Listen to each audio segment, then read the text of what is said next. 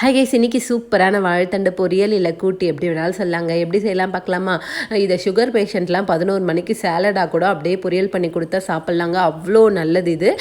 நான் வந்து ஒரு துண்டு வாழைத்தண்டை நார்லாம் ரிமூவ் பண்ணிட்டு கட் பண்ணி எடுத்துக்கிட்டேன். பச்சை காராமணி இருக்குல்ல, அதை தோல்லேருந்து உரிச்சிட்டு ஒரு கைப்பிடி அளவுக்கு அதையும் எடுத்துக்கிட்டேங்க. ஒரு கடாயில் எண்ணெய் ஊற்றிட்டு கடுகு, சீரகம், காஞ்ச மிளகாய், கருவேப்பிலை ஆட் பண்ணிக்கோங்க. 7 சின்ன வெங்காயம், பாதி தக்காளி போட்டுக்கோங்க.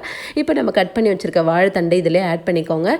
கூடவே காராமணியும் ஆட் பண்ணிட்டு 1 மினிட் ஸ்லோலே வதக்கி விடுங்க. இதில் ஒரு டேபிள் ஸ்பூன் அளவுக்கு மிளகாத்தூள், 1/4 ஸ்பூன் மஞ்சத்தூள், தேவையான அளவுக்கு சால்ட்டு போட்டு கொஞ்சமாக பெருங்காயத்தூள் போட்டு நல்லா மிக்ஸ் பண்ணிவிட்டு ஒரு டம்ளர் அளவுக்கு தண்ணி ஊற்றிக்கோங்க. வாழைத்தண்டு எந்த ஃப்ரெஷ்ஷாக நாரே இல்லைங்க. ஸோ அதனால் அந்த தண்ணியே போதுமானது. தண்ணி ஊற்றிட்டு தட்டு போட்டு மூடி வச்சுட்டேங்க. சூப்பராக வெந்து வந்துடுச்சுங்க. சூப்பரான வாழைத்தண்டு கூட்டு ரெடி. டேஸ்ட்டு செம்மையாக இருக்குங்க. இன்றைக்கி லஞ்சுக்கு தன்மைக்காக சாதத்தில் இதை தாங்க போட்டு பிசைஞ்சு விட்டுனேன். எவ்வளோ லைக் பண்ணி சாப்பிட்றாங்க பாருங்களேன். நீங்களும் உங்கள் கிட்ஸுக்கு மறக்காமல் செஞ்சு கொடுத்துட்டு எப்படி இருக்குன்னு கமெண்ட்டில் சொல்லுங்கள். மகிழ்ச்சி. Bye guys.